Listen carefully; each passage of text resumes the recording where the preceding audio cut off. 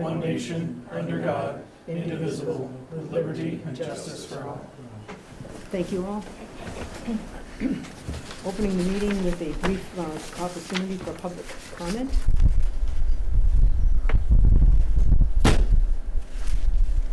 Hey, folks.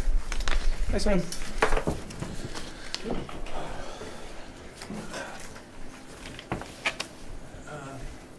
This is going to be a long meeting, so I decided to focus on a couple of issues that will be short. Number one, by the way, I'm here on behalf of the Barre Taxpayers Association, and there happens to be a meeting tonight of the Taxpayers Association at 6:30, so I'm going to go there at 6:30, but I wanted to come here early and just to let everybody know it's first Wednesday of every month, first floor of the library. I'd like to bring up one important point. At the last DPW meeting, our selectman, John Dixon, came alone as a selectman, and he brought up certain issues which were relevant, and I don't know whether that tape has been made public yet. It has been. Oh, it has, okay, I Yep. was not aware. But he made certain issues, and it felt as though he as a selectman was hung out to dry because he was the only selectman around. Who was the only selectman of the selectmen around at the meeting. Maybe there were reasons by the other selectmen. I'm sure there are reasons. Anyway, that's not the point. But you were the only selectman around, or the only one from this table around. So I'd like to offer a suggestion, you guys have to figure it out. We have a town administrator, and I've seen the reactions between the town administrator and the DPW leader, and they've been somewhat uncomfortable. So, and I respect her because she's doing one hell of a job. But I would hopefully ask that if the select board cannot have two selectmen at the meeting, the town administrator come in. She doesn't have to be confrontational, no discussions at the meeting, but she has to be there just to give moral support to the select men or persons. That's all. So you guys need to figure it out. That's number one. You can respond or you don't have to respond. I will say, I think that was probably the first time that I've been to a DPW commission meeting where there was only one select person there. I can't recall the different time. I have not missed one of those meetings in 3.5 years. And the reason I wasn't there was a personal matter and family matter. I'm not finding it, Maureen, I'm not. Well, I'm just saying, move on, because I'm you've not- only got 2 minutes. I'm not disputing your reasons. I'm just saying, if this were to happen again, maybe our town administrator needs to attend. That's all, simple. Mhm. Second, at our town meeting,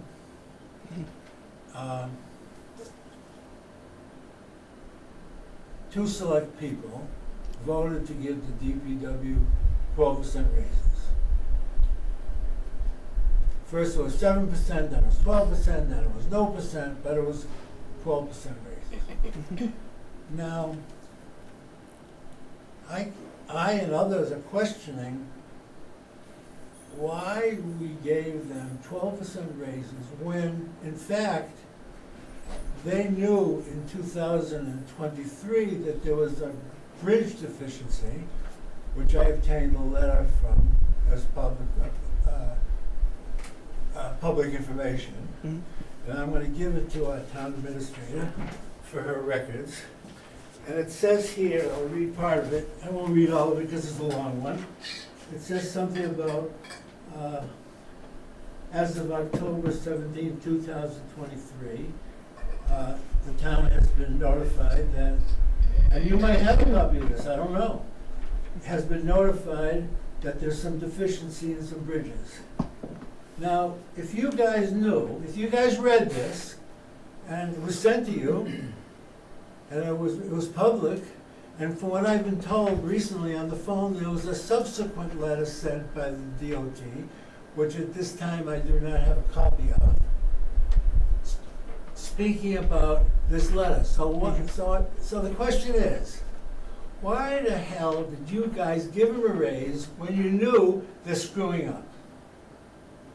And to add some joviality to this, like I'm gonna try to do, it may be effective or not, is that a lot of us senior people remember a show called Desi Arnaz, Lucy and Desi show, maybe Maureen remembers. I just don't think it's pertinent. Move on. Oh, but it is. Move It on. is Move on. pertinent. It is pertinent. And this is public comment. Well, your When- public comment has exceeded your time allotment, and I'm very kind. Is your name, O'Sullivan, is that what you're gonna say? O'Sullivan? No, Is your my- name no, O'Sullivan? you know what my- So let me finish. If you let me finish, it'll be over. Well, it's already 6 minutes in, so keep Well, going. tough. Arrest me. Arrest me. All right. Oh, God. So why don't we wrap? Wrap it up. so I'm not trying- familiar with the show, so I'm let's trying- make this make sense. I'm trying, are you familiar with the show? I'm not. I've never heard of it But you before. were a fan. Wrap it up. It was Lucy Ball and Desi Arnaz, and they were a couple, and he played in a band, and he used to come back from work, and she used to do something stupid. Whatever she did, you remember, she used to make candy, she used to do crazy things, that was part of the show. And he had an accent, he had an accent from Puerto Rico, I think, or maybe Cuba. Cuba, excuse me. So you remember it. And maybe someone can look at those shows. And he used to come back, and she used to do something stupid, and he used to say, Lucy, you got some splaining to do. And you remember, no doubt, if you saw the show. So the Barre Taxpayers Association are looking at all of you folks, including the town administrator and John and Maureen, and not Mark, because he didn't vote for the raise. And the question from the Barre Taxpayers Association is saying, you guys got some splaining to do. Why are you screwing up like you're doing? That's it. Now you can have your time. I will just note that it was the town that voted to appropriate those funds. The select board was voting on what to have in the booklet for it. But the select board itself doesn't have the authority to approve that. That was from the But town. you blessed it. Even though there was this letter saying that you haven't fixed the bridge, and the police, right now, the police have special blue cones around one of the bridges, which are appropriate. That's related to a letter that came in about a few weeks ago. Whatever it was, but you can't be doing this anymore. Or else we're gonna ask for a recall. Whatever you think is necessary. Well, it's not whatever I think. I'm just speaking about, Well, I'm Sam, speaking about the citizens. Sam, The there- citizens are saying, are they, the citizens, Sam, I'm speaking. The citizens, we know. good. The citizens are saying, the DPW and the DPW commission must have something over these selectmen because they are continually giving us raises and we're not doing the job. That's it. Thank you. Moving on, Only bringing it up in public comment because it wasn't officially on the agenda, and I just wanted to make sure we didn't overlook it.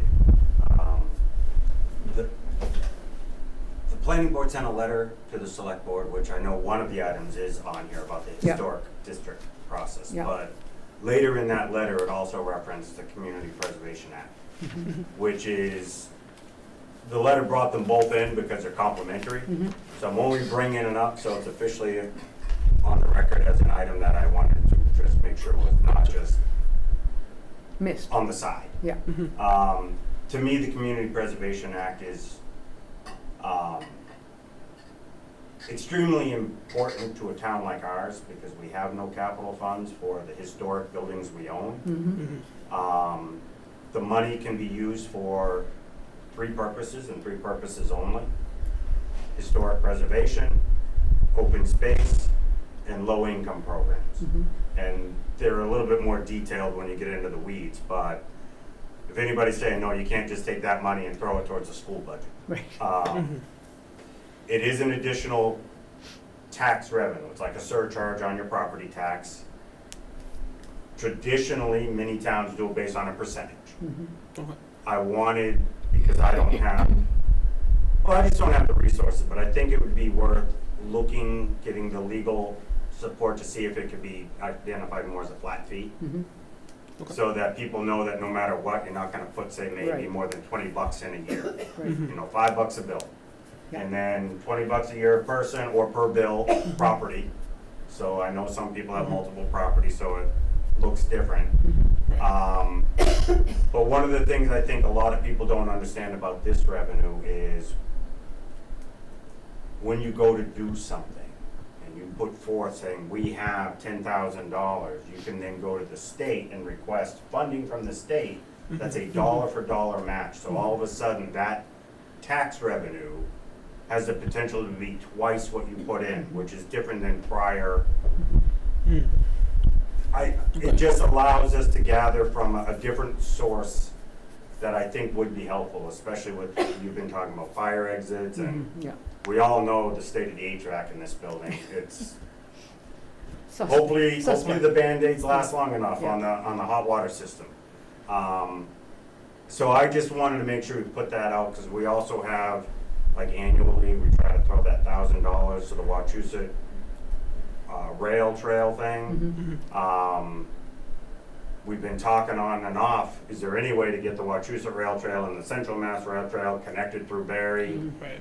It can help with funding to actually figure that out. So if you need legal support and technical support to work through various easements or land acquisition to make a path to connect, Yep. I believe these funds could be used even towards that. So it kind of works to support a couple different, like the open space and rec plan, other things like that that we can continue to adopt.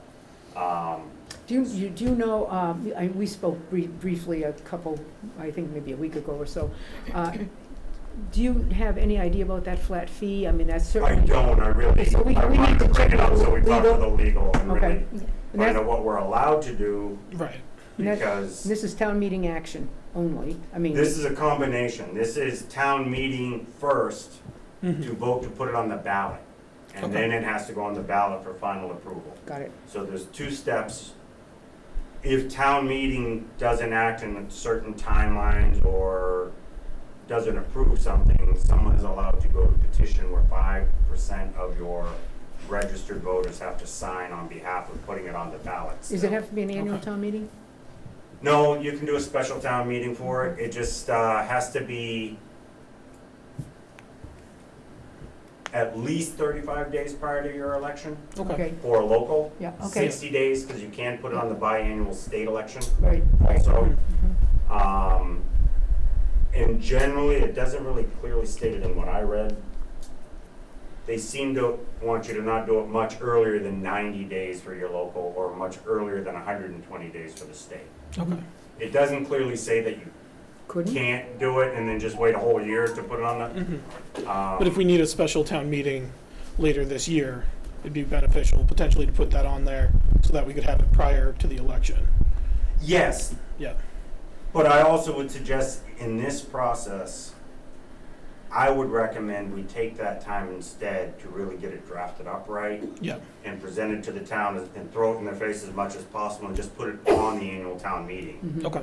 And then if that means we gotta wait another year, we wait another year, or we time it out so it lands on the special town meeting that usually we have Right. every year at some point in Yep. late fall. I think it's a great idea, and I would wish that there's a flat fee. I doubt it, but there might be, because that's easy for people to kind of digest versus, a percentage on their tax bill. Yeah. So, thank you for bringing it Yeah. forward to us, and Tammy, would you make sure we Absolutely. get to legal counsel on that ASAP and Yeah. keep him in the loop, please? Absolutely. Okay, thank you so much. I appreciate it. Okay, moving on, we have approval of meeting minutes, July 18th meeting minutes.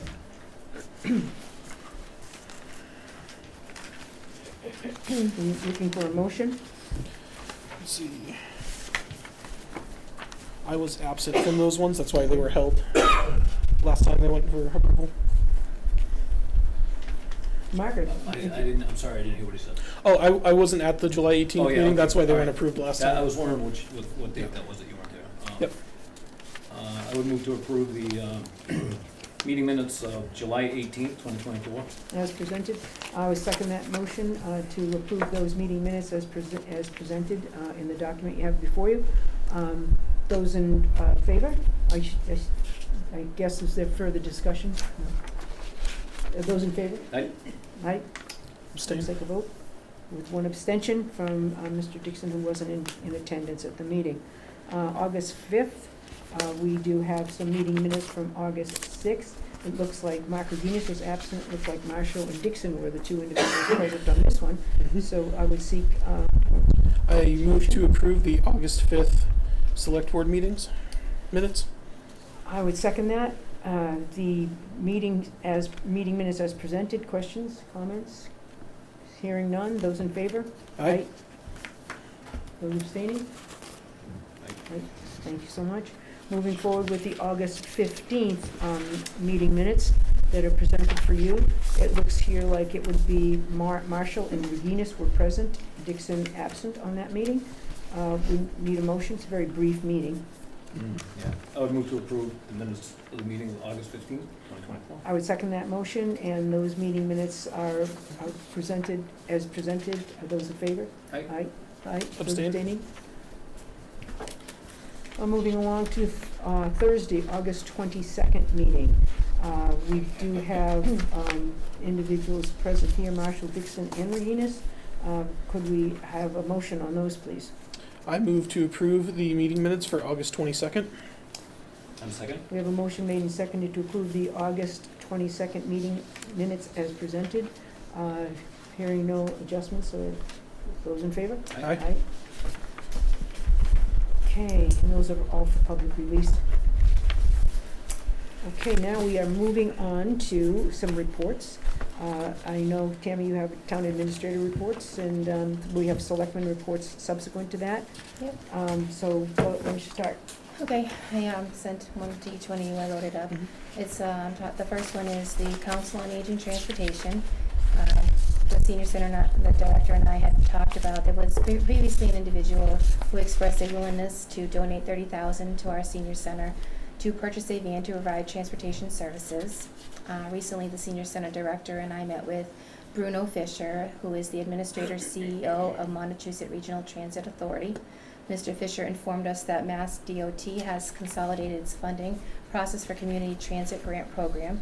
Instead of two separate rounds, one for operating and mobility management funds and another for vehicles, there will be now a single annual application covering all categories.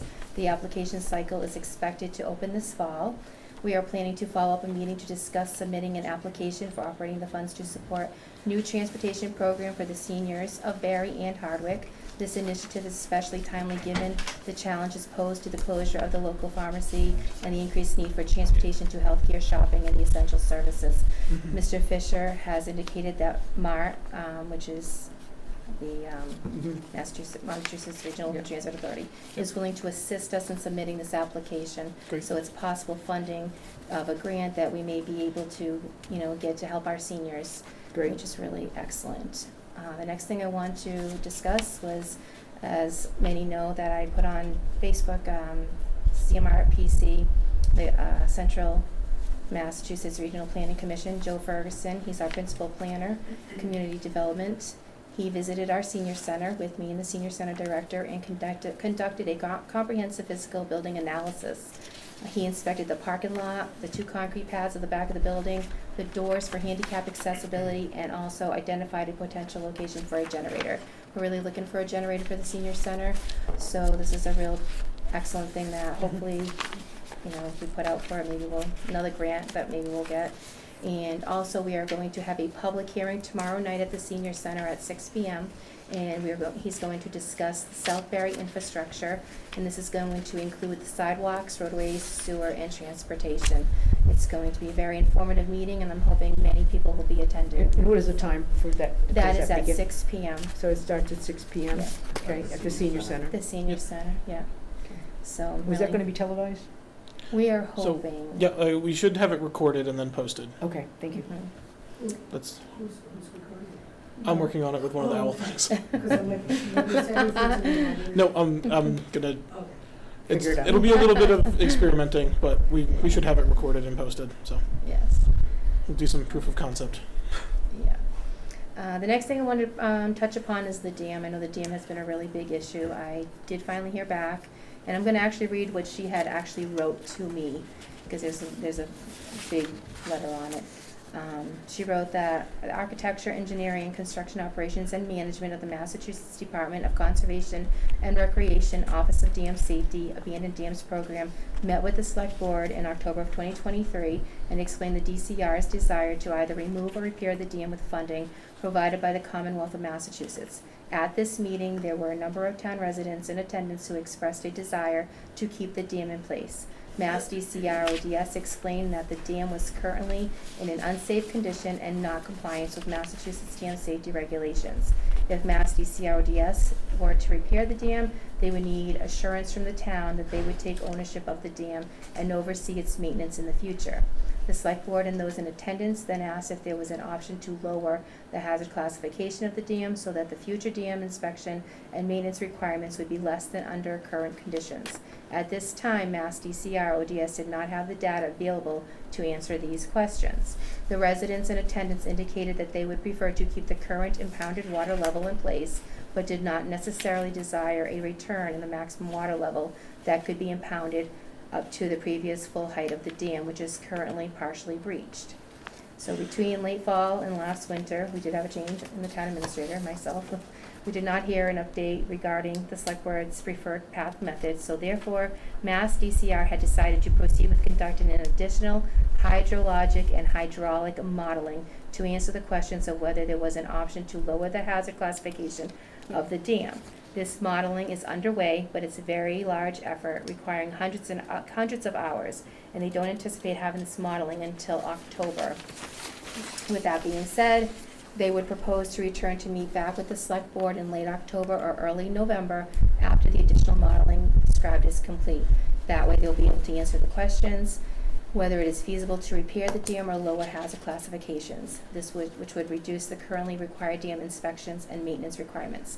So I wanted to read all that because I just wanted to catch everyone up to speed as to where we were from last year till now, because I had asked her when I had spoke with her, and she wants to have all this information, so when she does come to talk with us, she'll be able to indicate any, answer any questions that they may have, and that's why all the modeling of the hours, and she says it's just taken a long time for them to go ahead and get all this information. Well, that's certainly useful information, Tammy, and thank you for sharing so much detail, because when Mr. Kane was here, I think a couple meetings ago, he had heard a different song sung by some other state employees, so having this in writing and so forth, and really very clear, Yes. I think we know what we're about and what we need to do next, Yeah, and I've been which is working wait very and see. closely with her, so her Okay. name's Jennifer, and she's excellent, so Okay, thank you. I look forward Yeah, to and- hearing her presentation. I don't believe the Select Board's opinion has changed about, Mhm. maintaining the current level, but reducing any Yeah. possible risks that Yeah. they're attributing to it, whether those risks are realized at this point or would be realized in the future. And we're just hopeful that the data that she's collecting is going to support our considered hopes. opinion. Yep. Right, exactly. And fraud assessment, our auditors have recommended we perform a fraud risk assessment. So we did change it to fraud risk assessment versus forensic. John Dixon did meet with me with Markham in that meeting when we discussed it. And the fraud risk assessment process should consider the town's vulnerability and misappropriation of assets. Also, a fraud risk assessment can help identify general control weaknesses that could also allow mistakes to go undetected. We have contracted with Markham's internal audit and risk assessment professionals to conduct the work. Basically, it will entail interviews with all key personnel across the town's department, discussing our control environment, which will, then at the end, we'll get a report of our risks we have, the controls that we have to protect us from those that we have gaps in, and they will give us suggestions as to bridge these gaps.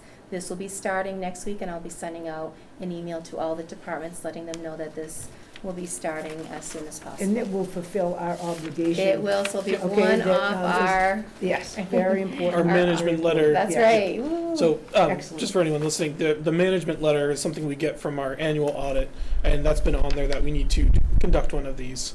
So this is the same company that does our annual audit, but this will be a much more in-depth analysis of our risks as a town. And it's something that every public agency has to conduct, whether it's a school, whether it's the Mhm. town, and it's great to get it started and hopefully get it behind us by the next time we have an audit, Absolutely. management letter. I'm really So that will be happy. underway by next week. Yeah, with that, great. yes. Okay. And then the next one is mine too. I put this as like because I need a vote from the select board on this. So I've been getting quotes for downstairs for Sandy and I moved to town administrator's office into the old police station. So for the carpets, and this is on this, it's on this, the old police station and town clerk. So I did them together. So I have 2 proposals for the carpets and downstairs because it sometimes gets rain. Hers would be more flooring. It's gonna be a hardwood floor. The total. You mean the solid vinyl, Yes. look like hardwood floor? You got it, you Okay. got it. So the combination, so Creative Floors came in at $9,998.35. And I just wanna pass this one around first. This would be, And this is below what we appropriated, right? that is. Yeah, okay. Yes. And that's for both, not even just one, Oh, great. so. The only thing, you and I talked about the fact that we need to take and have an evaluation of the area where we have some leaking and a really rainy season. Yes, we were And, just we talking need to about do that, Sandy and I. down behind, on the town clerk's office, because Yeah. that's really, a really very difficult. Yeah, I've we- seen it already. And not only that, you've seen the leaking Oh, too, yeah, I we think, did from look at last it. year, we had a big storm. Yep. We had the leaking Oh, around yeah. the doorway there. So we And have the to other make that- one is $11,103.22. Again, both for both of them. Do you want to just look at both? Now, why don't you talk a little bit about the reasoning behind your move from the upstairs to the downstairs So, area? first off, it will give Thank you. more access to the town administrator being on the first floor. I think the town administrator should be on the first floor. I think people should have I've seen it. access to the town administrator's office. It's right there. It's also bigger, has more room. Trust me, Sandy and I, as we were talking earlier, we definitely need more room. Well, it's more privacy And as well. it's When people come privacy, in with and a concern. I also like the idea that it has like those 2 rooms where you can keep our confidential files confidential, lock and key. Any employee information should not be just hanging out. It should be locked, and it should be locked and double locked as far as I'm concerned. What's your time frame for this project? So right now, hope in October. I have not, we did reach out to the third company did not get back to us. As for painting, I have 2 quotes, but I'm waiting for one more quote. I talked with that gentleman today. He's supposed to have it to me tomorrow, so I'll bring that to the next meeting, but they are getting busy, so I am still hoping for October, and at least for our office. Town clerk's office, with everything that's going on, she's got elections and Yeah. everything like that, so we're looking probably more for like December, and in November, beginning of December after the elections, so hopefully all that will be done. Mhm. I do need an approval for a vote from the select board. I would recommend Is that later on in the agenda, or do you want that vote now? We certainly can do it now. I was gonna just do it right now, just so I don't Yeah. forget. I would recommend the one, obviously, that's for Well, 9,000, do we- yeah, because it's a quote, We so. have a recommendation from the town Do we need that in the agenda administrator. though? Hmm? Do we need that in the agenda though? It's on there. I made sure. It's painting and carpet, town clerk, administrative offices, discussion and approval vote. Okay, yeah, It's under my report. Yeah. okay. I just wanted to make sure we could just do Yeah, it. painting and carpet in town Yeah. clerk office. Okay. Just so I better understand, I got a couple questions. Yep. How was this appropriated? We appropriated out of ARPA. ARPA? Maybe, yeah, Okay. I think, what was that, maybe 30,000. 2 or 3 months ago? Yeah. Yes, it was approved. And that is for the office moves, so everything included in that? I mean, was there a budget number for all of it, or is it just painting and carpet, and then the other thing to figure out? I believe it was painting, carpet, moving, dumpster. Improvements. We need a dumpster for the we need whole to clean building, that I out. think was So part of that as I think well. we appropriated out of ARPA, if necessary, up to 30,000.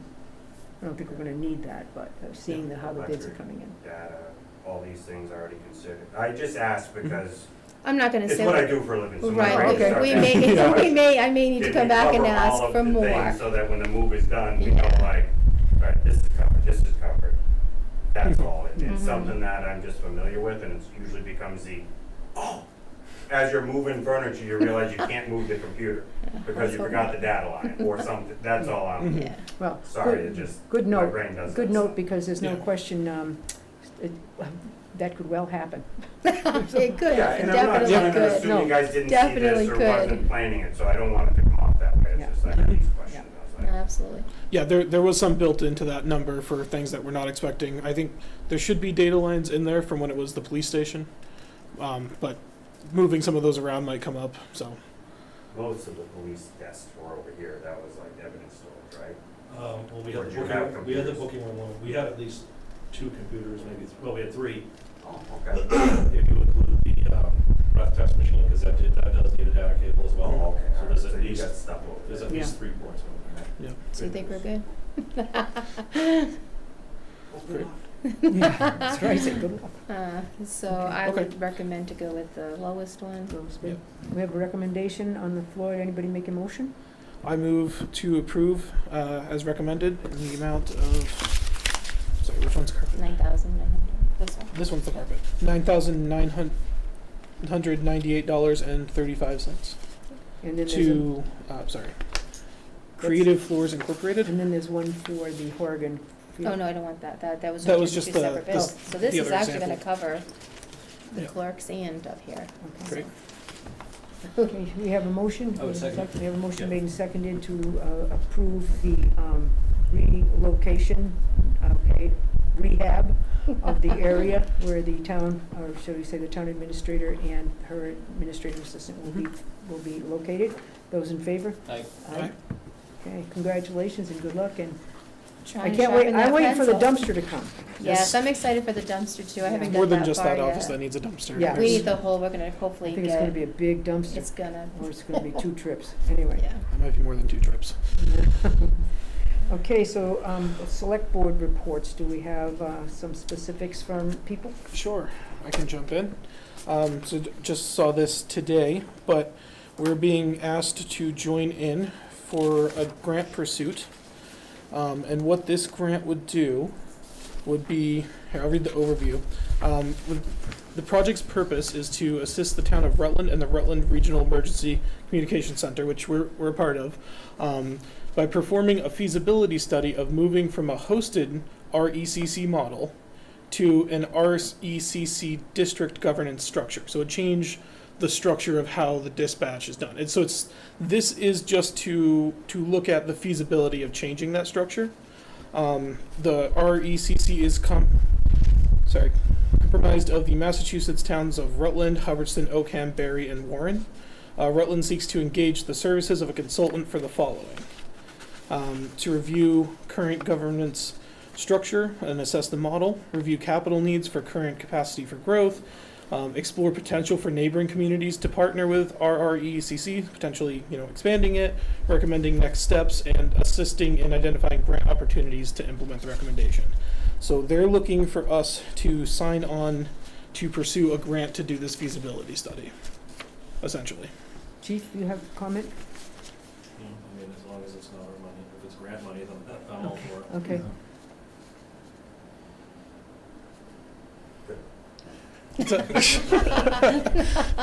So it would be for a feasibility study. This is, and this would be put together by the Center for Public Management is working on this.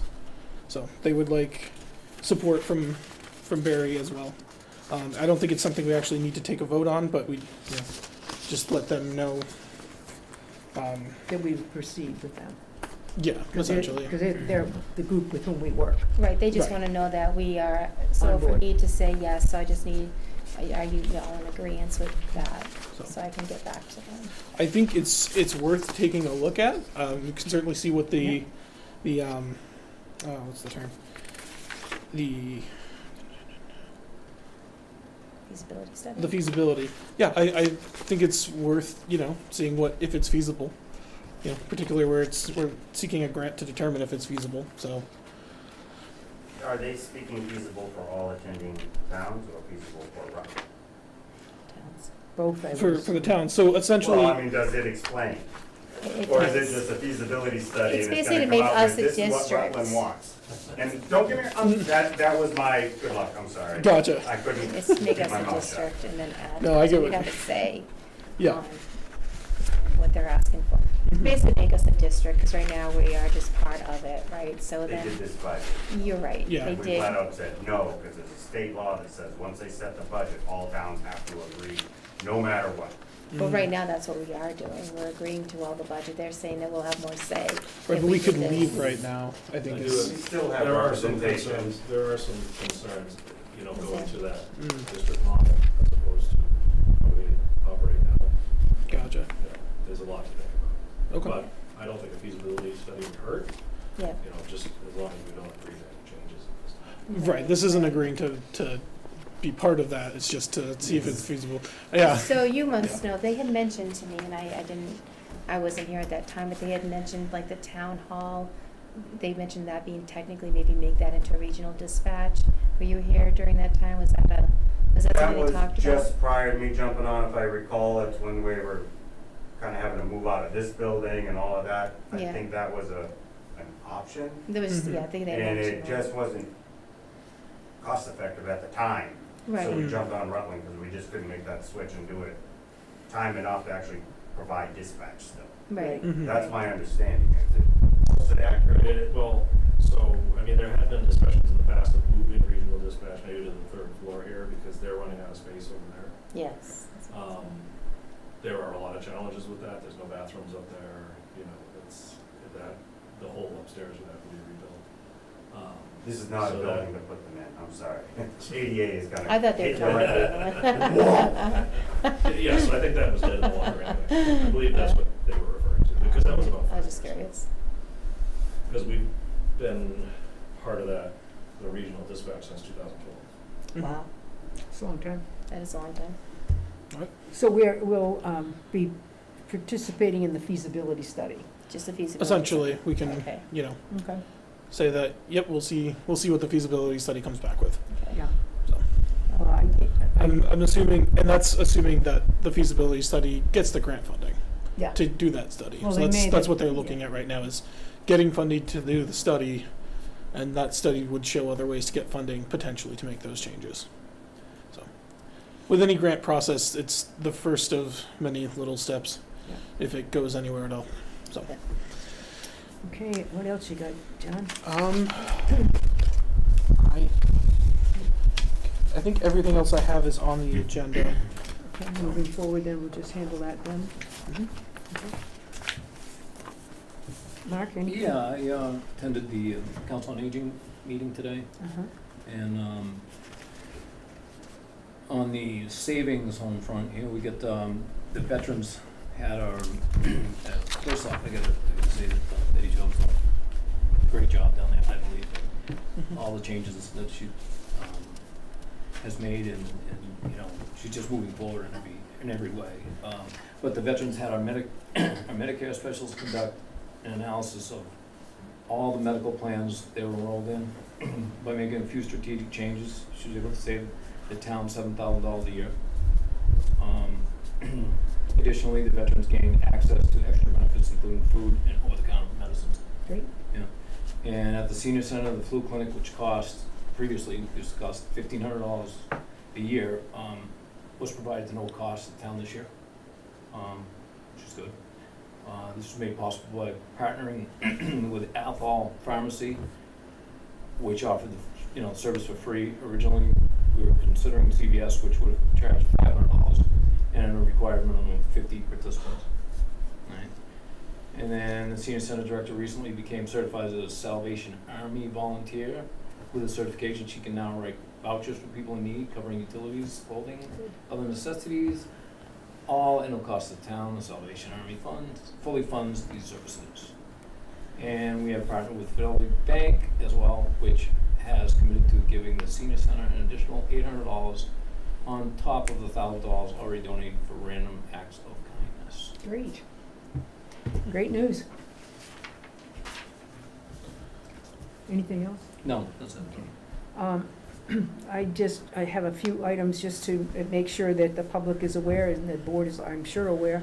that the 250th anniversary group have been working very, very hard to put a lot of things together and to make everything happen that's supposed to happen on the 21st.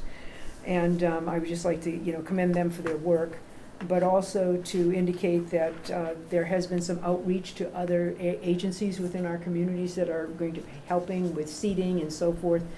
The Quabbin Regional School District is working with hundreds of chairs, as well as a very large mobile bleacher unit that can be moved to the town's common for people to use. The Barre Library Association, working with the 250th anniversary group, have also designated their area where they will have seating and so forth for seniors, as well as disabled individuals who would like to view the parade. We're going to be working with the 250th anniversary committee to just make sure that transportation, because parking will be impossible, and I believe they're going to be routing school buses here and around and dropping them at various points around the common in order to have people be able to be on the ground and see the parade and so forth. The worrisome thing that we have is that people will say, I don't need that bus, I'm going to drive up there anyway. And that'll be your problem, Chief. I don't know where we're going to put them if they drive. So just as people watch this meeting and so forth, I really encourage them to listen to the 250th anniversary committee that's going to have transportation up to the center of town, because that will certainly make it more possible. I have a question regarding this 250th parade. When is it starting, and will it affect the Barre Farmers Market?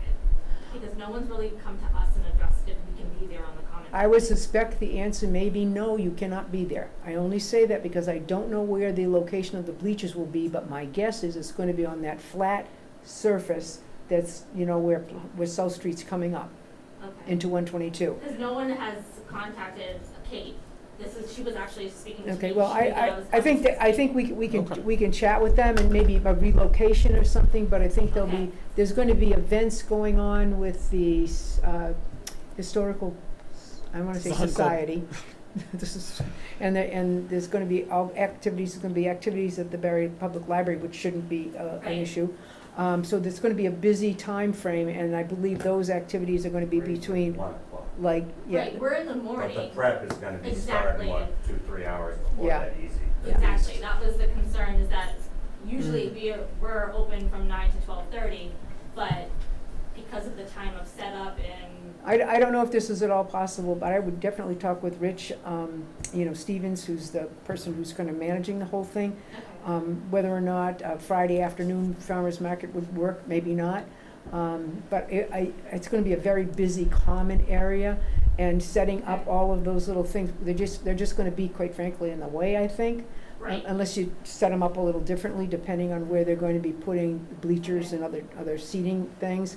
The flip parade will start at 1 p.m. and it will leave from the Barre post office, okay? It will, in the years past, it has left from the regional high school, which was another almost half of 3/4 of a mile of a walk. It's going to be, once it's 1 o'clock, it doesn't take long to walk from the post office to the center of town. Right. So I would suspect it'll be there, it'll really muddy up with the people waiting at the farmer's market, because you're till noon at least, right? Oh, yeah, 12:30. I mean, Yeah. I don't get off the field until, Yeah. I would really recommend you talk to Rich specifically. I don't know if they've made any accommodations. I know they're working really hard right now, trying to get enough people to do all of the things that they have to have done during the course of, checking in people, making sure everybody signs an insurance waiver, buying stuff, that memorabilia that they've decided who's gonna manage that. The Historical Society is doing an event of sorts, Barre Library is doing an event. So I'm expecting it to be a very busy place. right. Yeah, when I mean, that's happening. that being said, it'd be, I'm sorry? Is town hall being used as part of this event?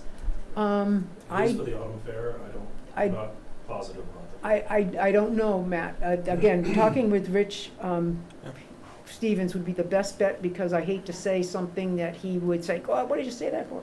Because obviously they put a lot of time and energy into this event, and it's and of course a really rainy, horrible day will make us all sigh.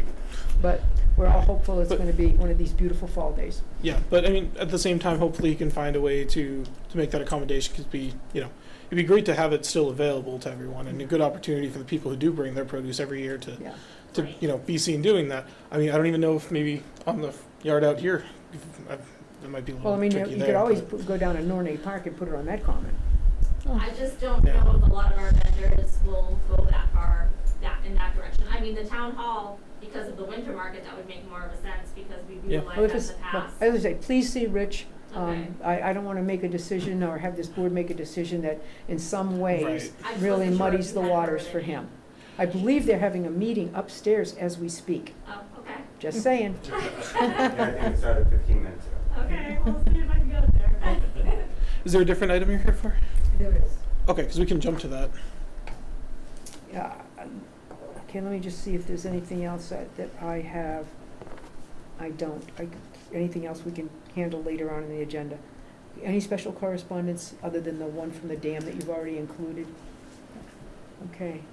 Moving to new business, planning board, historic districts and building package, and historic overlay. Do you Thank you want very to, much.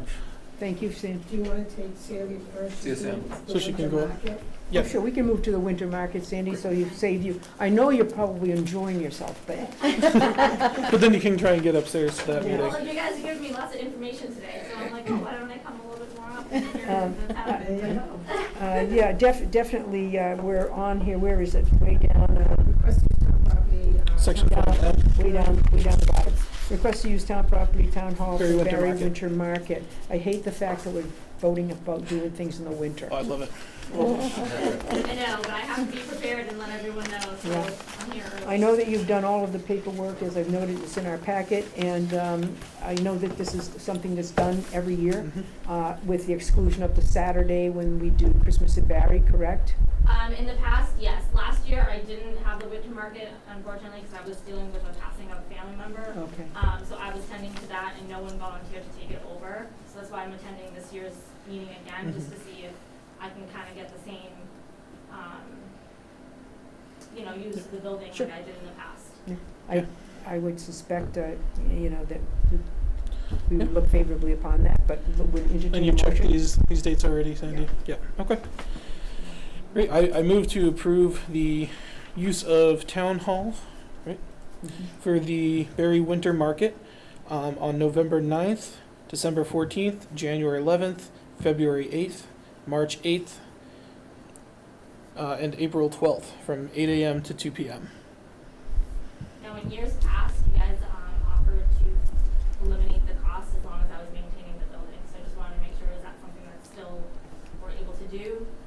And I was cleaning and I was doing the janitor services. I was taking out the trash, sweeping, cleaning, and everything to keep the affordable Okay. costs down. I have no problem with that. Would you include that as a favorable amendment in your motion? I mean, I think ultimately we need to come up with policies around this that are more defined. I'm not sure what we actually have on file for policies for this, but if that's how it's been done, I think we can go ahead with it for this year and figure that all out. But I just want to make sure going forward we're consistent, but I don't have anything right now on hand as far as that goes, so I'm fine with that as an amendment. We have a motion as I'll second amended. Seconded? Yep. Those in favor? Aye. Okay, moving to planning board, historic districts and building package and historic overlay. I think that's probably something that Matt is going to talk about. We have a lot of paperwork from Matt or from somebody.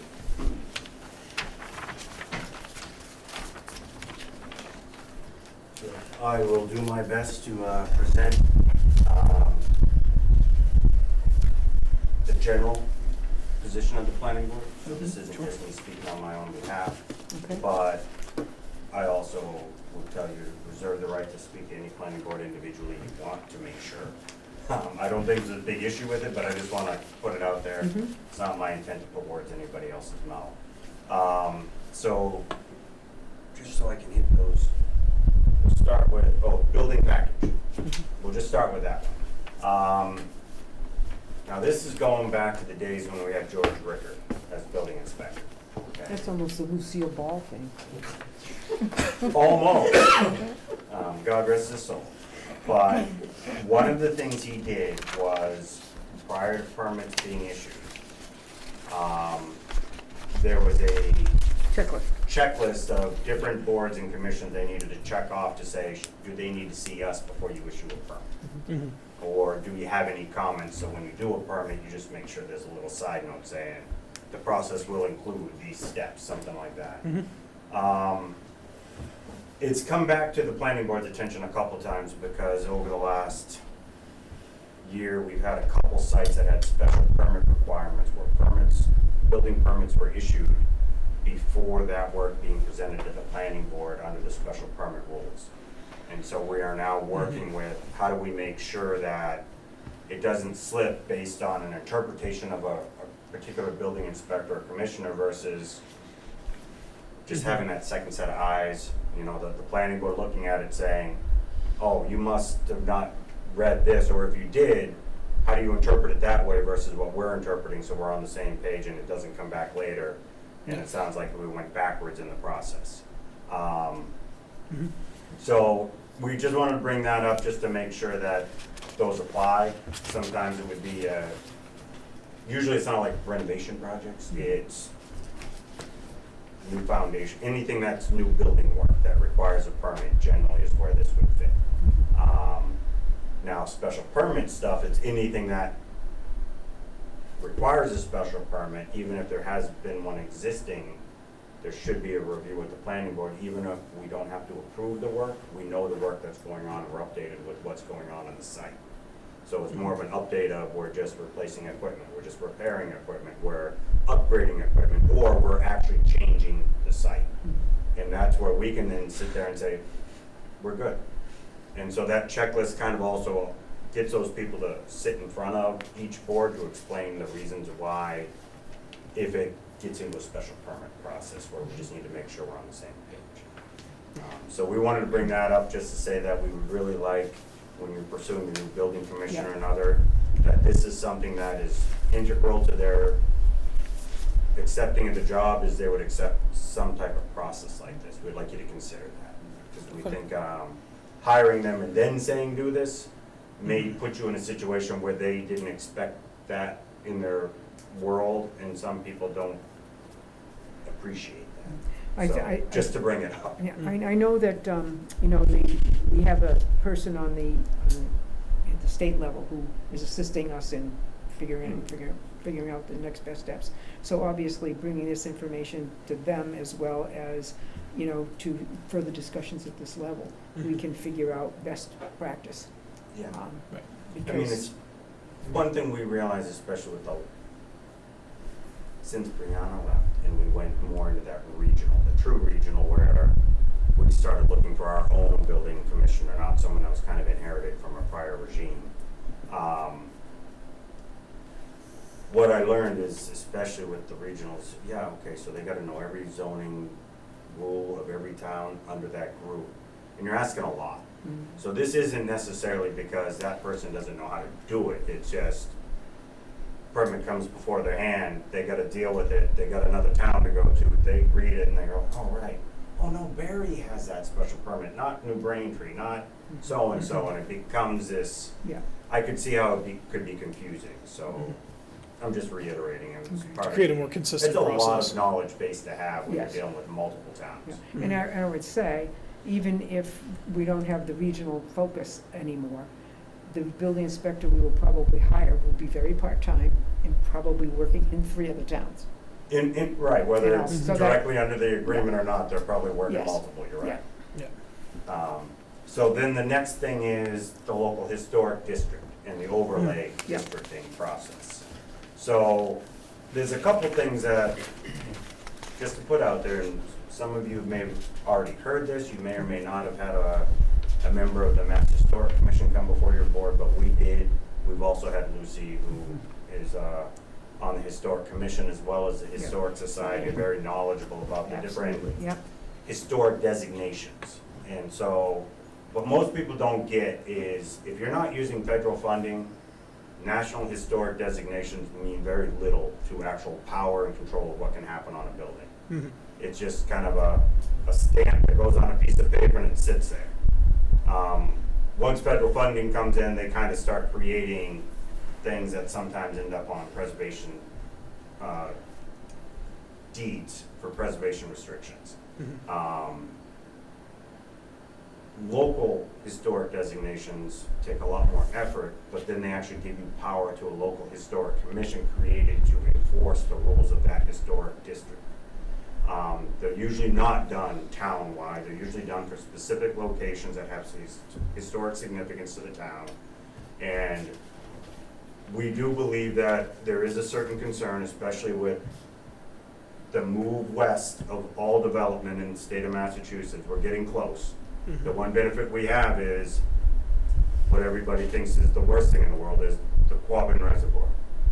Nobody drives west through Barre. You Right. still gotta go north or south, so Route 2 and Route 9 are still the main corridors of development right now, but it's pinching. And the fear is, for example, P&F Auto's up for sale now. CVS comes in, boom, drops their brand new looking CVS building right on that lot. And now you've changed the whole dynamic of that, the common.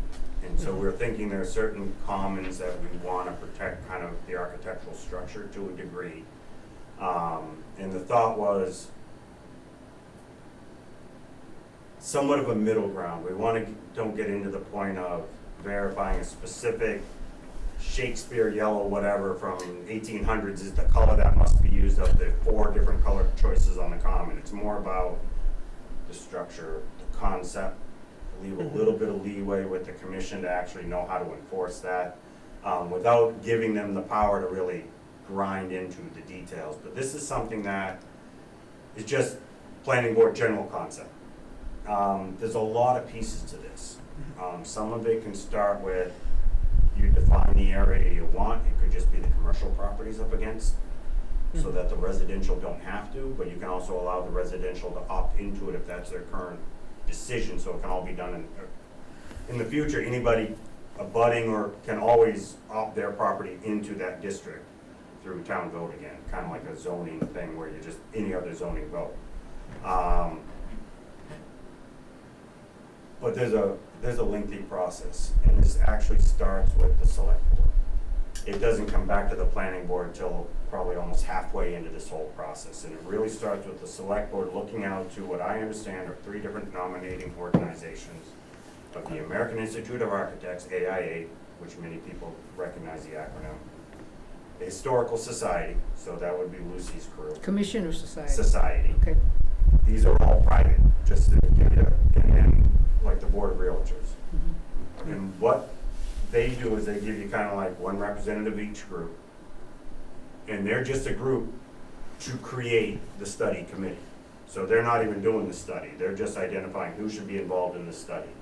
That can, once they get into that level, and now you're talking about certain members of the district have to be a part of that committee, certain people outside.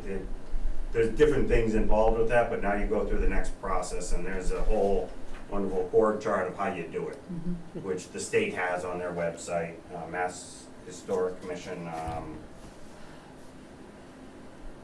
Yeah, so it's all online, but we can always forward more info because Mary Ann has this stuff that was sent to us as well. Or we could just give you, hey, if you're not familiar with it, here's some starting points, and you can start your own conversations with the Mass Historic Commission. They have a lot of resources to assist you with this and explain how the process works, and if you're really interested and concerned. Now, the other reason we brought it up at this time was recently you guys had sent a letter to us about supporting a grant with CMRPC to assist with rezoning. Right. So we thought this probably will take a longer process even than that. Yep.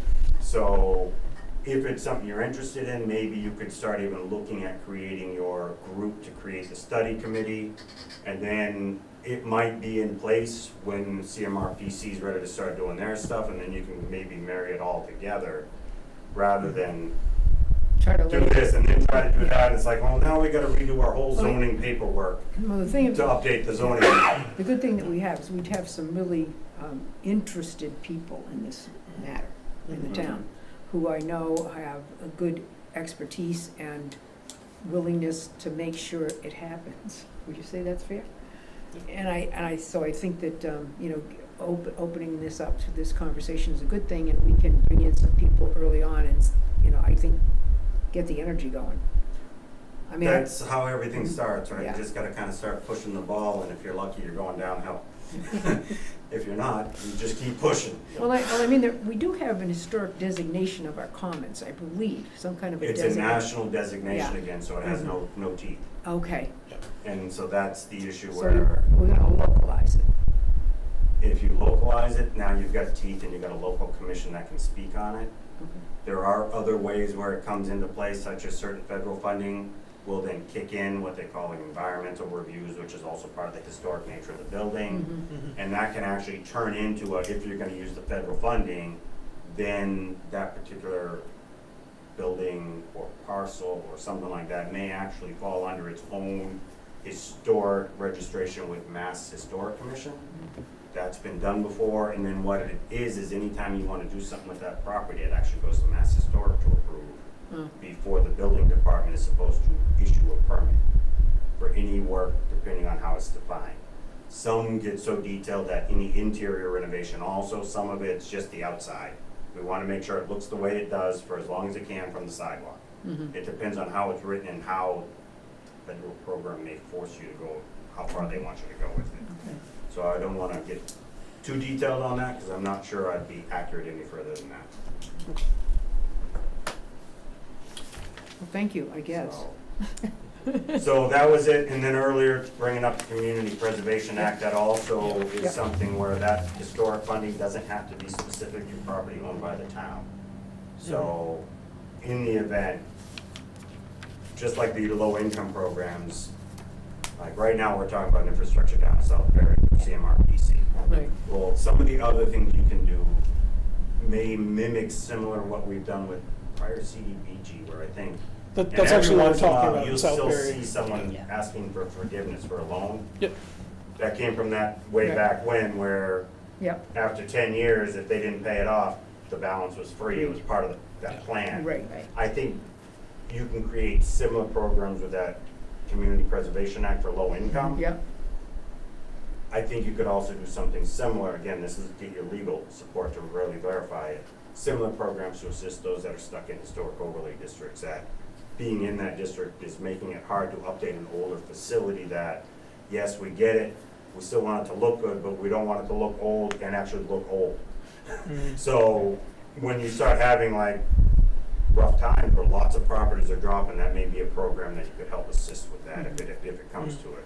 But I would definitely say verify with legal counsel on all those things, but it all kind of ties together. So as we move forward, we're not just looking at, hey, here's the difficulty, but we're looking at a way to also help support and resolve some of those difficulties as we move forward. So it's not just an all, here's the whip, no carrot. You know, it's like there's a little balance between the two. well, three good things you brought to our table. Sometimes we get lucky. I'll see you again in a year, maybe 3. Well, I hope we'll see you before, 3 years for the Community Preservation Act. Because I am hoping. I think that's something that we really can, it's been placed before the town years ago. I had heard, yeah. And of course, it was a resounding, we're not doing that, we're not doing that. Hubbardston has been very effective with their community, and they are a town in really need, as much as our buildings are in tough shape, they don't even have them.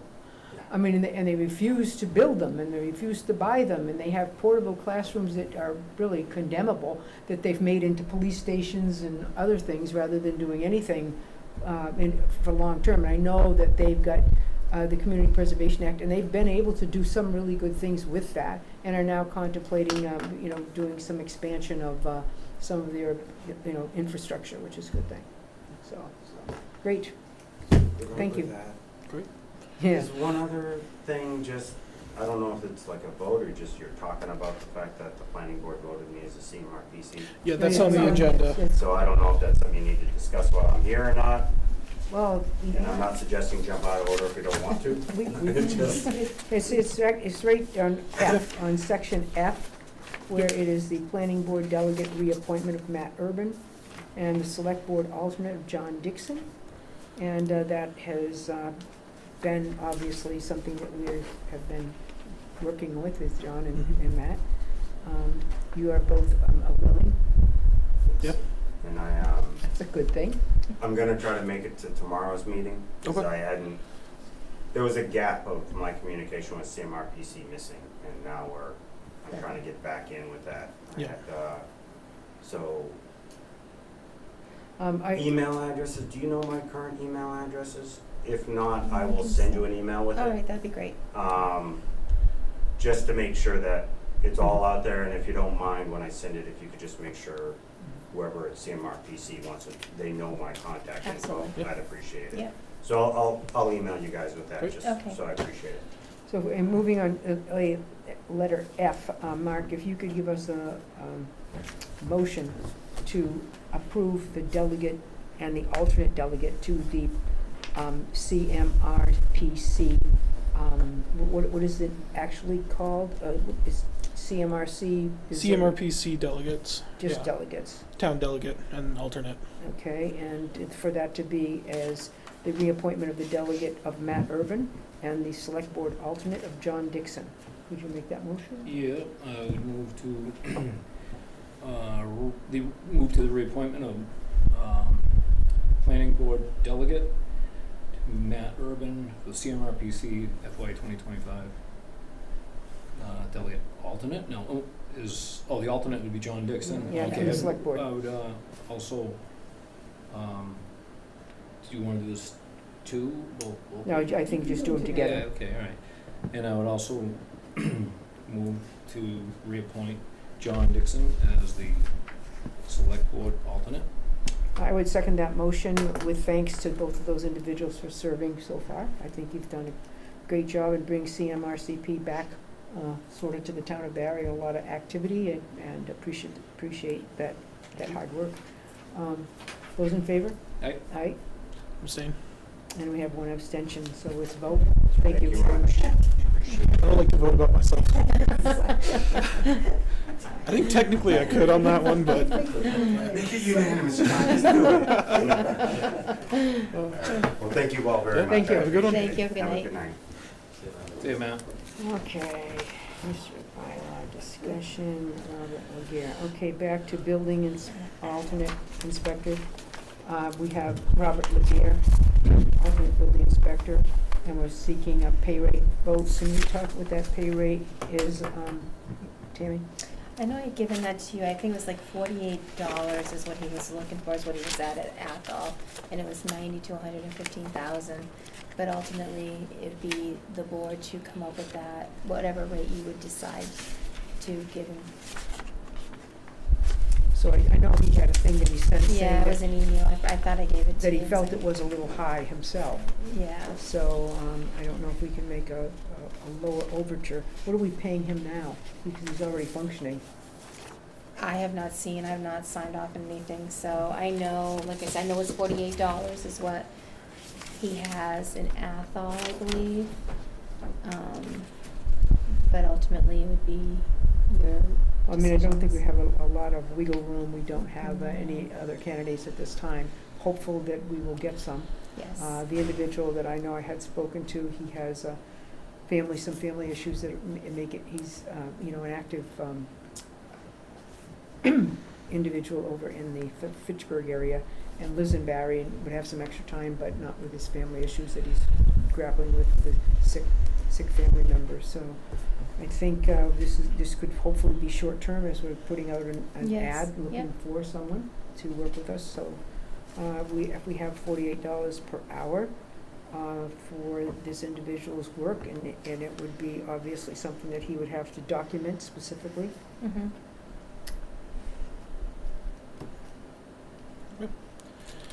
I would move to approve the pay rate for the alternate building inspector at $48 an hour. I'll second that. We have a motion made and seconded to approve a pay rate of $48 an hour for the alternate building inspector, as noted on the agenda, for an individual by the name of Robert Legare. Those in favor? Aye. Aye. Looks like a vote. And we'll be advertising the building inspector will do that. and commissioner, Yep. anything that we are required to do. I had spoken to Mr. Sullivan as well, I don't know if you would follow it up. I did, He'd okay. yeah, he said it is, you know, it was really hard for him right now. Yep, I- yeah. He told me that he would be willing to do local inspections, of course, he is not a commissioner, so he would assist in that, he Yeah. said, like nights and weekends. Yeah, But that's all he can do. that's it, Yeah, I know he's very busy. yeah, very good. But I think, well, depending on how his family situation works out, I mean, he may be more available in, a year. Right, I'm not aware of that. Yeah. I talked to him about, well, actually, it was a week ago, so Yeah. he may be members and connected to him, so. Well, no, because we had difficulty connecting, and they finally said, you know what I'm doing X, Y, and Z, and I really, very, Okay. very busy guy. Yep. So, we have a motion made, seconded, and voted, and so we'll work with this gentleman and I'll let you advertise know. and see what response we get. Okay. And you don't need a vote from us to advertise, right? Nope, we have it on, Okay. you discussed it, Yep. and Sandy and I will do that, and Okay. Emily and, What's that? put the. To Well, you say here, advertise. a building inspector job advertisement and credentials discussion, that's next. Yeah. So do you have some, Jumping. you gave us a copy of what the position description is, which is there's one for commissioner and one for inspector, correct? I guess legally, we're required to have a commissioner, Yes. and we're required to have an inspector.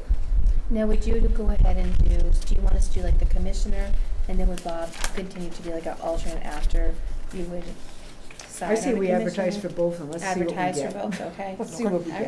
right. I don't think it's gonna be something where we're gonna get, a roll of applicants, because we're talking about maybe a 1.5 day a week job, Yes, yeah, you know, yeah. maybe Um, 2. And speaking with Andrea on that subject, she actually dug into it a bit, and we have to have, if we're gonna hire somebody, we can hire somebody with a CSO, and then at that moment, they actually have to apply for a local inspector's license, and they can go into that for a certain amount of time. And I don't know, you were there, 12 or 18 months or something like that? I wasn't Was in it the that long? building. Oh, you were in the room, okay. So that is something that's an option, but we also have to have a commissioner. So, I mean, if we can find somebody to get us across that line, while that happens, if we found Well, maybe we a can, candidate that had the CSO. I think we can talk with the state, they may be willing to help and assist us. They indicated their desire to make certain that we had our ducks in a row and that they could have somebody act as the commissioner, because it is a different level of on the ground. Yeah. So, Well, once, and also once you become a local inspector, you're still not a commissioner. You yeah, have to take that, exactly, you gotta go another exactly. step, It's another step. so. Mhm. Okay, moving on, so you'll get that advertisement out? Yes. Yeah, and just let us know, when you've advertised, and kind of keep us, I've got 2 applicants, 3 applicants, so we can get a Absolutely. group together to do some, Interview. sort of, shall we say, evaluation of the candidates. Okay. Credentials, building inspector, senior property tax work-off, have we got that figured out finally, or not? Sort of, right. Sort of. So right now, we are at $12 an hour, $12 per hour at 100 hours. As of January 2nd, 2024, we now have to do the minimum wage at $15. Mhm. So I would hope so. if we wanted to, you can go up to 125 hours, but this is how I read it. I can reach out to the attorney and find out, or see what you guys think too, but this is a city or town by vote of the legislature body, subject to its charter, may adjust the exemption in this clause by allowing an approved representative for persons physically unable to provide such services to city or town, or allowing the maximum reduction of real property tax bill to be based on 125 volunteer hours in the given tax year rather than 1,500. So, right, I believe that would have to go on, I can check with legal as an annual, or on our town meeting.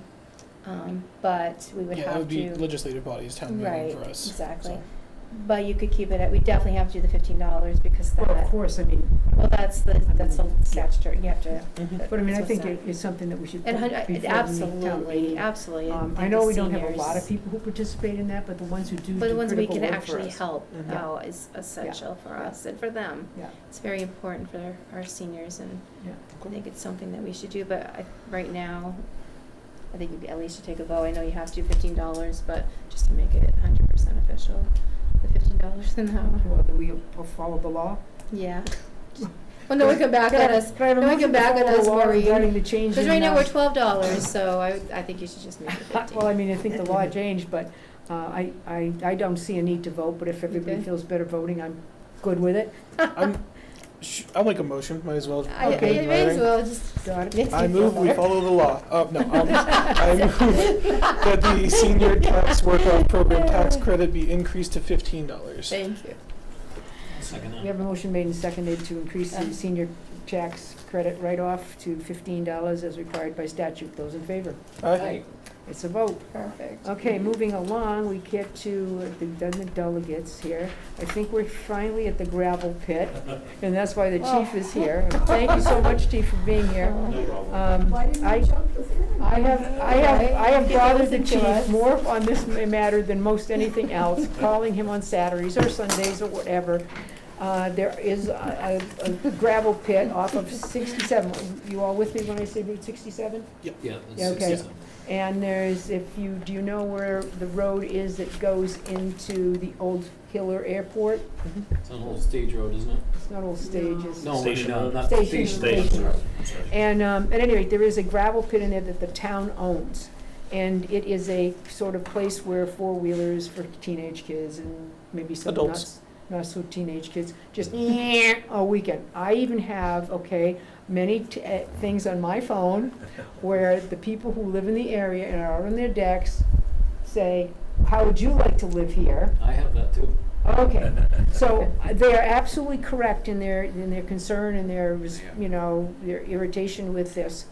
The only thing we can do after numerous conversations with the chief is post it, I think that's the police best. take notice, and be willing to fine it. Fine kids and people if we can. I wish to say that if we put postings up, everybody's gonna say, wow, I'm not gonna be on that property again. Well, if we can post it and make sure that it's posted properly so that we can actually take out trespassing charges Yeah. against people, if it comes to that. I mean, Yeah. I'm not saying that would be our first Right. enforcement act, Right. but that would give us a little more teeth. Mhm. It would also probably give us more leverage in getting the environmental police in Yep. to help us. Because obviously, we don't have ATVs, Mhm. nor am I asking for it. So they're better set up for enforcement. Depending of on how good but- that drone is. Let's get Well, some, there we go. let's get some people identified that they were really there. Because the problem is, by the time you get there, Yes, they're gone yeah. oftentimes, and it's really And we're not- hard. we're not And I don't blame the we're not people who are chasing complaining. ATVs Yeah, through the and I don't property. blame the people who are complaining, I really don't. It's very frustrating for them, and it's frustrating for us, as we say, it's so hard to fix it. Mhm. Well, like I said, if we post it, then we can reach out to the environmental police, who will actually send kind of like a task force, and Okay. they'll have multiple officers. We'll be included, but they'll be the ones on the ATVs, Ah. actually kind of hammering the area for a certain given amount of time. Oh, okay. Now, as far as the proper and appropriate things that we, as the board, or you as the chief, must do to properly post it, Mhm. what does that look like? It would have to be, any access way would have to be visibly posted. Now, I don't think that there's, you may want to check with legal on this, I don't think that there's a certain size. You just have to make it clear to anybody that is approaching that property that it is town property and that it's, no trespassing.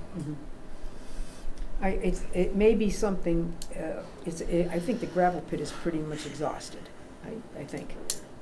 Whether or not that is something we want to keep as town property or not. I don't know if anybody would be interested in purchasing it, but I don't know I if we, think it's landlocked. Yeah. landlocked with whom? Well, I don't think that there's any access to a public way other than maybe Station Road. That's sort of a, Well, it is a Public way. I don't think it's a very desirable piece of land. Well, that's why we still own it, probably. Anyway, we could make it pretty uncomfortable after it's posted. Are there things that we can do to make it be very difficult to access? Well, I would recommend some sort of barrier as well to the entrance. That could be the form of a chain, a cable, jersey barriers, something like that. Well, I would do something that if somebody didn't, in night, because they're there at night, Well, yeah. were to well, go flying through with a cable, I wouldn't want that to happen. Well, if you put a cable up, they have to be marked in a certain way. Yeah, You have to I have mean, reflective you know, tape on them. yeah. I would probably, I'd probably go the jersey barrier. Yeah, me too. I'd be very. How much very- access, how many access points are there? I Off of, haven't walked in there myself. off of Station Road mostly, right? Yeah, I That's think what it's I thought. mostly off the station Do you road. know I think if you they can get there off of North Brookfield Road farther Yeah. up, too. Oh, okay. But that road's, I mean, it doesn't matter for ATV or Yeah, a, right. or a dirt bike, that road's inaccessible to vehicular traffic, normal vehicles. Yes, Mhm. yeah. So I would say probably 2 or 3. So basically what we're doing now is seeking a vote to authorize the chief to pursue the appropriate, shall we say, requirements of the statute to post this Yep. property. And I'll do research, I'll price out signs. Okay. Are there any other uses that people are using it for, as far as it's town property Recreation. recreational uses, or? Not that I'm aware of. It's worth a trip down. It's a pretty Yeah. big nothing. Yeah, it doesn't nothing even have but- that, well, the property might have access to the river, but I don't think it's very easy. Yeah. I mean, so you don't have people. It's going sort of just fishing. been abandoned. The gravel was removed and that was the end of that, Yep. Hmm. unfortunately. Yeah, so I'll definitely do research, I mean. Okay. I just wonder, is there a, like, no ATVs versus no trespassing kind of line there? Is there some, any other uses that are less noisy that should be considered, as far I don't- as I mean, jumping I would- straight to no trespassing? I would no suggest motorized that there's vehicles. enough public area in town that if you really wanted to get out in the woods, there's Yeah. plenty of places to do that, not an old used up gravel pit where you might get hit by an ATV. Yeah. I don't think there's any other, I think that's basically it. It's just the kids down there and their dirt bikes and, Yep. and so forth. The neighbor's been pretty patient. Oh, I say, yeah. How did we end up owning the gravel pit? There's gotta be some history there. I'm sure there is. I guess the town owned it, Okay. but I don't know if And then they, maybe if they leased it sold out the for gravel. I don't know if they sold the gravel to somebody else or, McDonald was part of that. well, it could be, or you know who else, what's his name? Oh, gosh. Robinson. Used to Oh, hold- Dave Robinson, yeah. He took all, what they call high plains, used to be He almost was low, everywhere, yeah. low Took them- plains. took They them, almost yeah. took enough gravel out of there. But, it's the old glacial outwash that you can't beat.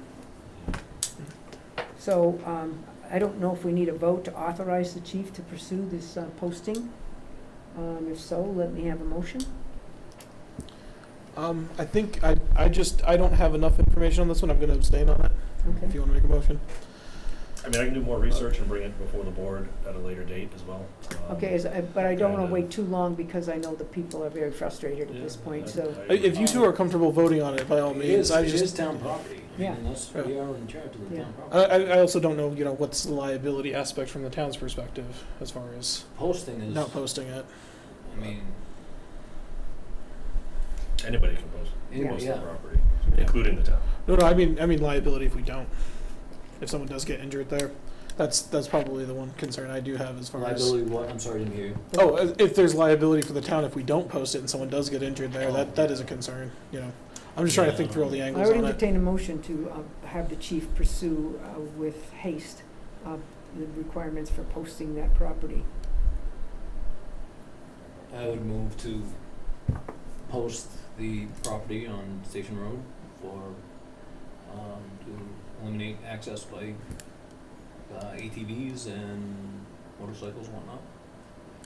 I would second that motion. Those in favor? Aye. Aye. Abstain. Abstain, and we have one abstention. I just don't have enough information from my perspective. I need to get out there. I mean, it's a step in the right direction, that's all. I don't know if you want to stay around here for the Valley Road and Old Colebrook Road bridges over the Prince River. Yeah, that was another reason I was here, just to, Yeah.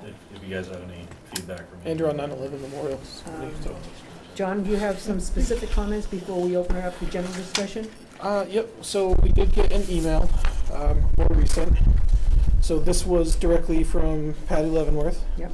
Patricia Leavenworth, yeah. So, it does read And out. Patty Leavenworth works for what agency, just for the record? Oh, she is the chief engineer of District 2 Chief Engineer for of District Two. MassDOT.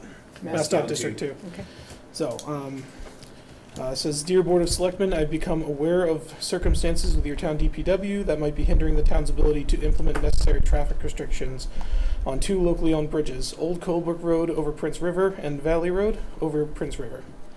Given the unforeseen circumstances, MassDOT District 2 stands ready to assist the town with the implementation of the traffic management plans necessary for ensuring the safety of the 2 bridges. Alternatively, if no action is taken to restrict traffic over the bridges, MassDOT will be required to close both bridges completely in the interest of public safety. Please let me know as soon as possible if you would like us to implement the traffic management plans. I mean, I certainly would, That would be my recommendation. my recommendation is, I I'm think slowly it's- losing cones down there, by the way. Yeah. It's not slow. It's not slow.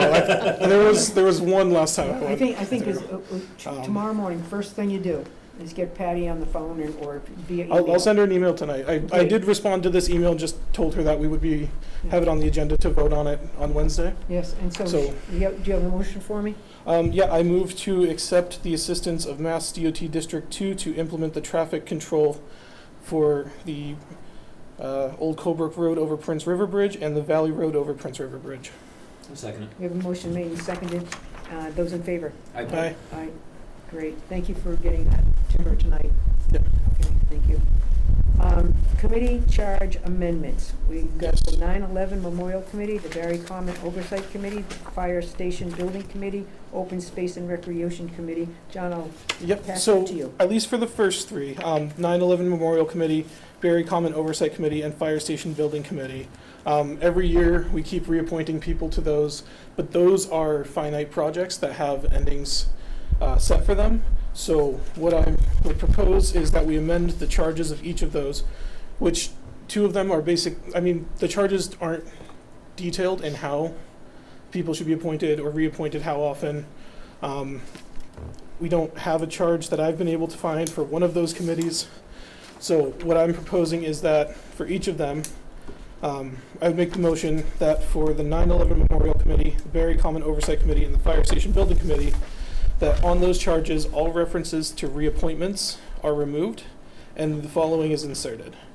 All committee member appointments shall be for the duration of the project. This includes currently appointed members.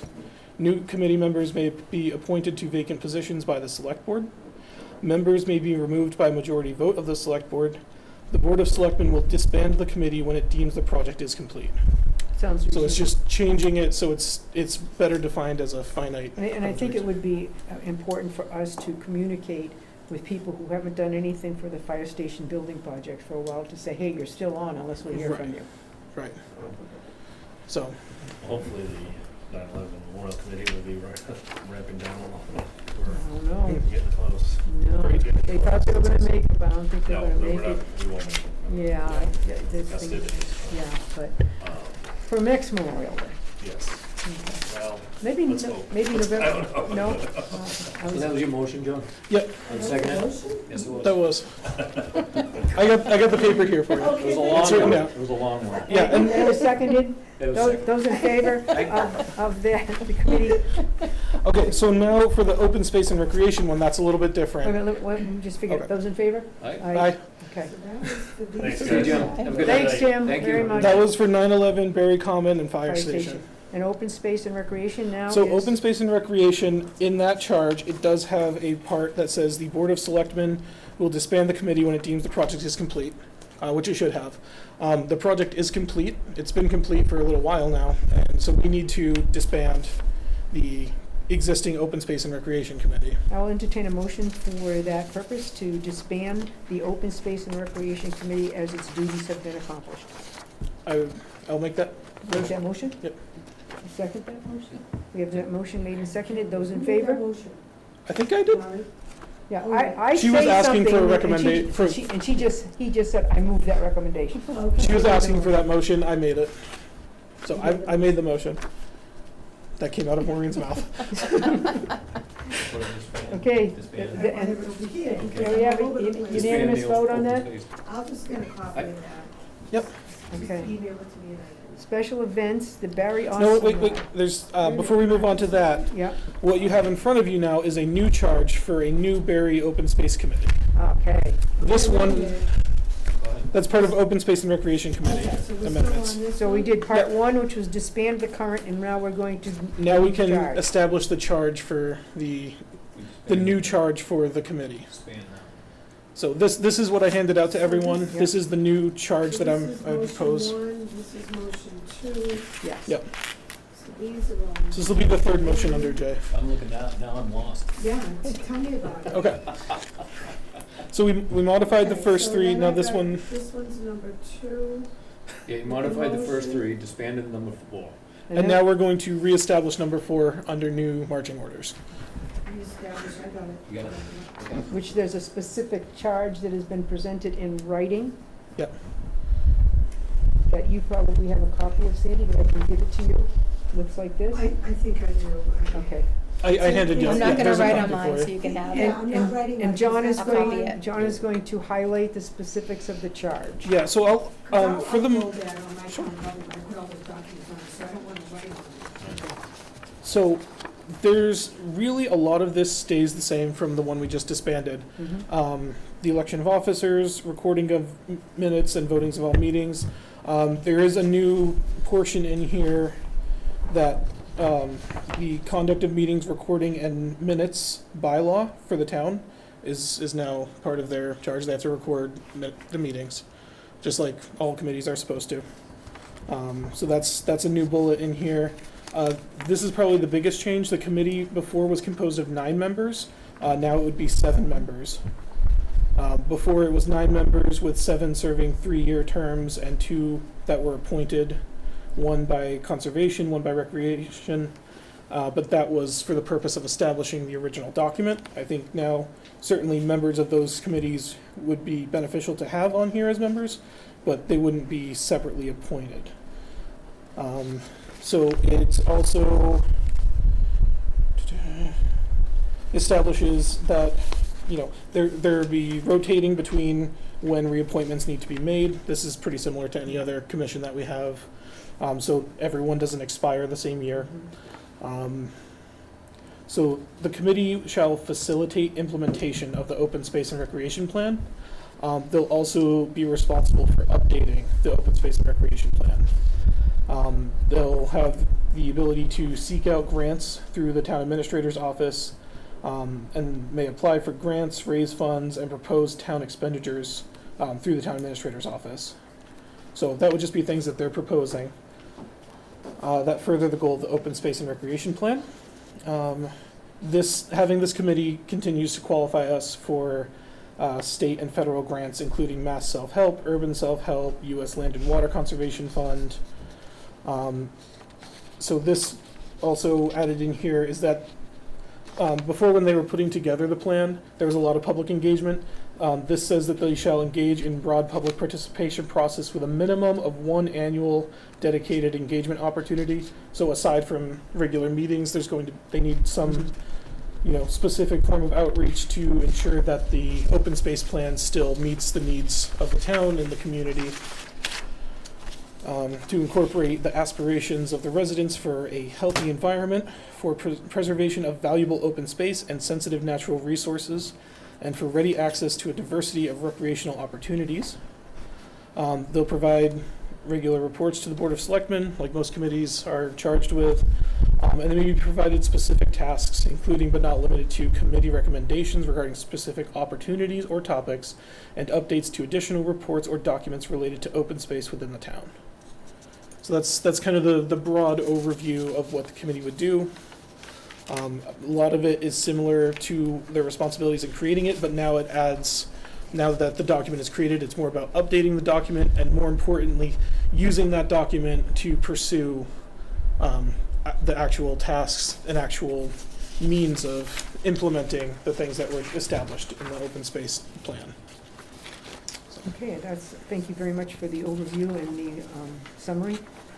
we would seek a motion to approve the charge as described in the document before you, and also that charge that was also, shall we say, read into the record by John Dixon. I move to approve the Open Space Committee charge as read, or not, as submitted? presented. As presented. Second motion. We have a motion made and seconded to approve the charge of the Barre Open Space Committee for Barre, Massachusetts. Those in favor? Aye. In favor, I mean. Aye, and so it looks like. Amy, I've already fixed my signature to this, and I'll give this to Mark to do the same, and then John can do it before he leaves tonight, and it's all set for you. Okay, thank you. And we're, anticipating doing appointments for a variety of committees and commissions next time, so we'll be able to advertise that and hopefully make some appointments next time we meet. That's And good. get that group moving right away. I'm sure it'd be good to get some input from them on things like the old reservoir dam and possibly the emergency action plan for I'm very happy Gaston to Pond Dam. have that information from the, state Yes. regarding the Mhm. dam, because that does clarify things in writing. Yeah. Thank you for that. Okay, we have a special application for a Barre Awesome Ride, October 6th from 8 a.m. to 4 p.m. Barre Awesome Ride. We had that every year. It's the Okay. bike, mountain bike. Yep. But they've completed all the required documents, okay? They are gonna have a one-day special liquor license. I'm just waiting for that application, so that should be on the Next time, so we won't approve that. This one, yeah. We'll just approve This is the just for the special event, one. not for the Okay. special Okay. liquor license. Do we have a motion regarding the application for the Barre Awesome Ride for October 6th? I move to approve the special event application for the Barre Awesome Ride on October 6th, 2024. Second. We have a motion made and seconded to approve the Barre Awesome Ride on October 6th. Those in favor? Aye. Aye. We now have the one-day special liquor license for Pie Town LLC, Cafe on the Common, also known as Cafe on the Common. We have proper paperwork for that? We do. It's the grand opening. They couldn't make it tonight, but they have the grand opening where they have off space with in the bank. Oh, I don't know if she said. space in the bank? Oh, so No, they, it's the pop-up area, so it's right when you walk through on her, like into the entry door that she's utilizing part of the bank, there is a common area that two vendors could basically set up, so that's probably where she's trying to set up. so this is in the bank itself or in the bank building? No, it's in the same building. Yeah. The bank is on the right-hand side, and Oh, this is the great. Good. Commonplace Market is on the left-hand Oh, side nice. of the first floor. Oh, this works out. So it's in there, yeah, Oh, great, I hope it works out really well. yeah, today was their opening day. Okay, so we need, obviously, the one-day liquor license approval for Cafe, Pie Town LLC, also known as Cafe on the Common. We need a vote to approve that liquor license for that one day. I move to approve the one-day special liquor license for Pie Town LLC, DBA Cafe on the Common, for September 7th, 2024, from That's- 10 a.m. that's to this 5 weekend. p.m. Yeah, Wow. yeah, they were cutting it close. Okay, we have a motion made and seconded to approve the one-day special liquor license for Pie Town LLC or Cafe on the Common. Those in favor? Aye. Aye. Okay, moving on to the Commonplace Market, September that. 7th, from 10 a.m. to 5 p.m. That obviously is part and parcel of what we just voted, correct? Yes. Yeah, that's what we voted earlier. Yeah, that's all Just checking. Then we have here the request to use town property for the winter market. That's been taken did care that. of. taken care of. Moving on, wait, But she needs to talk to you. She went to see Rich. Yeah, so I went upstairs regarding the regular Yeah. farmers market, and regarding, The parade day? the parade day, sorry, yes, thank you, my brain is everywhere. And it looks like it's gonna be very difficult for us to set up because of the traffic. I know Mhm. a lot of our vendors, they're gonna be adamant, and they may be stuck here all day, that'll be their choice. But I'm trying to figure out best solutions for us all on other options of where we could set up for the day, or if we could have the, move to Sunday, is that an option? I'm just trying to figure out what our options are for our farmer's market that moving to weekend. Sunday wouldn't bother me at all. Yeah, I'd be fine with that. I'd be fine with moving it to Sunday. So I was Mhm. proposing to my vendors either moving to Sunday, or are we allowed to go down to the other park on the South Barry. I don't think that there's anything going on that Saturday morning down at Nornay Nornay. Park. That Yeah, was, that's our options that I'm thinking of right now, Yeah. like what's the Yeah. best suggestion? Yeah, so- check with Mary Ann, but, I mean, technically, it's not Mary Ann's common, but, Well, no, but she Yeah. knows what. But the recreation committee does approve all of yeah, the yeah. events going on there. Yeah. But I'm doubting if she has anything, the Sunday mornings are usually pretty quiet there. Yeah, no. Or Saturdays mornings. I know Saturday evenings they have like a. Yeah, bunch of Saturday they concerts always and have Yeah. stuff going on. and I mean, right? Because I mean, they'll have like the zoo or family fun day, but I Yeah. don't think that would be on. They would have. Yeah. I don't think either of those would be planned for Th- for that parade weekend, day. Yeah, no, Yeah, Okay. yeah. well, check, would you just check back with I was her? gonna say, can I just, Just so, call me and we'll Yeah. take care of it. And Okay. I guess as I'm from just trying to make, you know. from the board's perspective, we would say that we would vote to approve for one day, Right, operating the farmer's market from Nornay Park, should that be amenable to the individuals who manage that that part of the common? Yeah, I'll make a. What are the dates for that? That'll be the 21st and 22nd Yeah. we're talking about. yeah. So, all right, I would move to approve the Barre Farmers Market for Sunday, the 22nd on the Common, or, I mean, if you want to do 2 days, I have no problem with that. Yeah. Saturday, the 21st, at Nornay Park, The reg- pending, Yeah, the regular time. yeah, at the regular time. Our regular operating Okay, time. does that work? I think so, I just, like I said, I'll reach out to Sandy and confirm once I hear back from the other vendors, but Okay. I'm just trying to Yep. make it so we don't lose the market day. Yeah. Alright, I So, would second that. We have a motion made and seconded to authorize the use of either Nornay Park on the 21st or, shall we say, the South Common on the 22nd, in order to have the farmer's market have the opportunity to, sell their wares on that weekend. and what's that, 7 a.m. usually to, Well, 12:30? we arrive at 7. Yeah. It's usually 7 to 1 that people are on the grounds, but our operating hours, like selling hours, are 9 to 12:30. yeah. So- Just a We'll question, say would you 7 to get- 1 because that's when people are there, so. Yeah. Would you get more exposure here? It seems like you get more exposure on And so- I'm more Yeah. concerned that some of our vendors can't stay all day and they'll be stuck there. Mhm. And there's just not traffic for, On like, Sunday? on the day of the parade. Oh, God. Yeah. Because like, it's gonna be, yeah, it'll be very, very limited. Okay. Sunday, if we could, I would just say Sunday here Yeah, at our that's what- normal spot. Yeah. That's what I would suggest. yeah. But I know a lot of our vendors have other obligations Other, on yeah, Sunday. other Obligations. places they go to. So I'm not, that's why I'm Understand. trying to Yep. see what's the best option, if we can do Saturday or Sunday, and having those two, and then we'll just go amongst ourselves in the committee Sure. and vote which one's best for And that. just- Yeah, so if you want please to call keep- for the vote, Yeah. we can Yeah. approve Yeah. that, and, Those in favor of the following opportunity for the farmer's market? aye? I, Aye. Okay, so both of those are open options for you. All right, Would you- I- would you Either one's just good. communicate with Sandy as to what you're doing? Yep, I will. Okay, Thank you so Great. much. Have a thank great you. night. Yeah, bye-bye. You will do your own advertisements if you're gonna move the market? Always, yes, thank you. Okay, authorization for Erica Bedard, library assistant, at the step of 1 at $17.64 an hour. That's from It's recommended by the director and also signed by the town administrator. Okay, and that's it. Okay, that's a step increase? Yes, it's Yeah. gonna be Okay, step- great. I move to approve the wage authorization for Erica Bedard to $17.64 per hour. We have a motion made and second? seconded for $17.64 for step 1 for Erica Bedard, the library assistant. Those in favor? Aye. Aye. All right, I would entertain a motion to adjourn. so moved. I'm gonna go home and catch, I